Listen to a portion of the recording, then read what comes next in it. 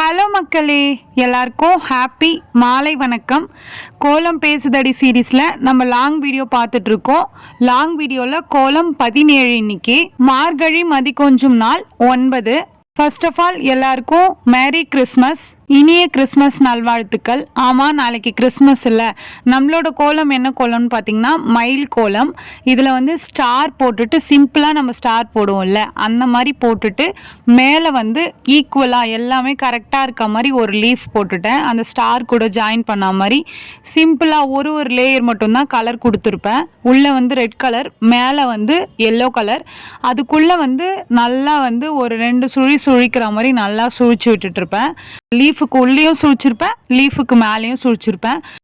லீஃபுக்கு மேலே சுழிச்சிட்டு மயில் வந்து லீஃபுக்கு மேலே வரும்.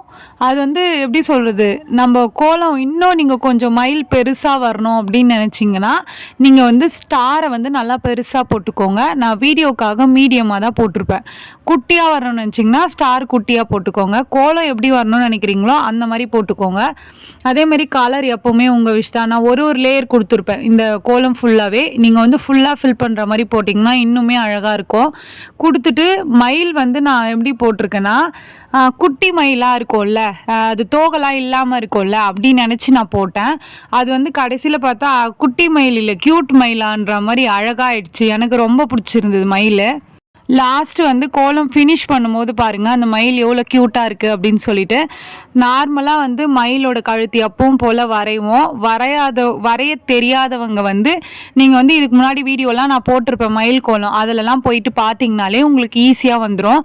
அந்த மாதிரி போட்டுட்டு பின்னாடி வந்து அதோட தோகை இல்லாமல் அப்படியே வந்து குட்டி மயில்ன்றதுனால அப்படியே சூழ்ச்சி விட்ட மாதிரி போட்டுட்டு மேலே 2 லீஃப் அப்படியே அடுக்கடுக்காக வர மாதிரி போட்டுட்ருப்பேன்.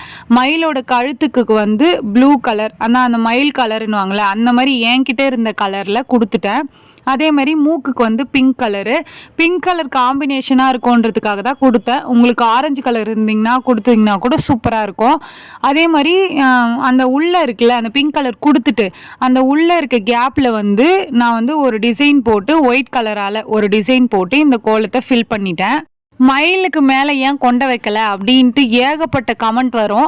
அதனால வந்து மயிலுக்கு மேலே நார்மலாக வந்து 4 கோடு போட்டு அதுக்கு மேலே வந்து குட்டி குட்டியாக டாட் வச்சுட்டேன். அது வந்து மயில் கொண்டை வந்து பார்க்குறதுக்கு ரொம்ப அழகாக இருந்தது. வச்சுட்டு இந்த கோலத்தை ஃபினிஷ் பண்ணிட்டேன். ஃப்ரெண்ட்ஸ், இதே மாதிரி ஃபெஸ்டிவலுக்கு உங்கள் வீட்டில் வந்து கோலம் போடணும் அப்படின்னா நான் வந்து நல்ல பேக்கேஜில் பண்ணி கொடுக்குறேன். நான் மெயில் ஐடி இந்த வீடியோவில் அட்டாச் பண்ணுறேன். நீங்கள் வேணும்னா மெயில் ஐடியில் கான்டாக்ட் பண்ணுங்கள். அப்படி இல்லைன்னா நீங்கள் கமெண்ட்டில் கான்டாக்ட் பண்ணலாம், நான் வந்து ரிப்ளை பண்ணுறேன். ஓகே மக்களே, இந்த வீடியோ உங்களுக்கு பிடிச்சிருந்தா மறக்காமல் சுந்தரமா ஜெயந்தி சேனலை சப்ஸ்கிரைப் பண்ணிக்கோங்க. இந்த கோலம் பிடிச்சிருந்தா இந்த வீடியோவுக்கு லைக் பண்ணிக்கோங்க. நெக்ஸ்ட்டு மார்கழி மதி கொஞ்சம் நாளில் என்ன கோலம் போடலாம் அப்படின்னு சொல்லிட்டு கமெண்ட்டில் சொல்லுங்கள். பாய் பாய்.